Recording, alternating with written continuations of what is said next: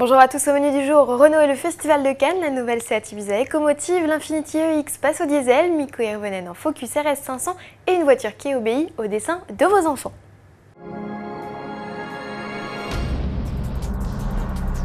Clap de fin pour la Velsatis, la limousine Renault a joué pour la dernière fois les taxis VIP lors de la 63e édition du Festival de Cannes, clôturée hier.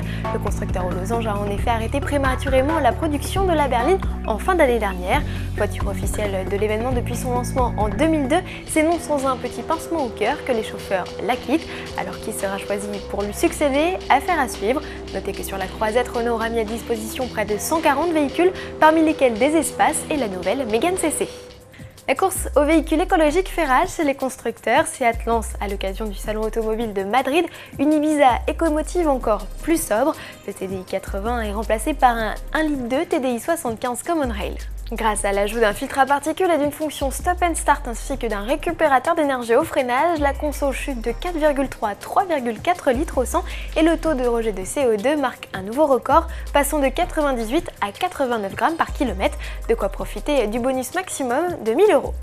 Mikko Hirvonen au volant de la Focus RS 500, c'est le programme alléchant que nous propose de suivre Ford sur sa Web TV YouTube. Et dans ce teaser, le pilote de rallye finlandais prend la route du Nürburgring, histoire de faire prendre l'air aux 5 cylindres de 350 chevaux. Ça promet!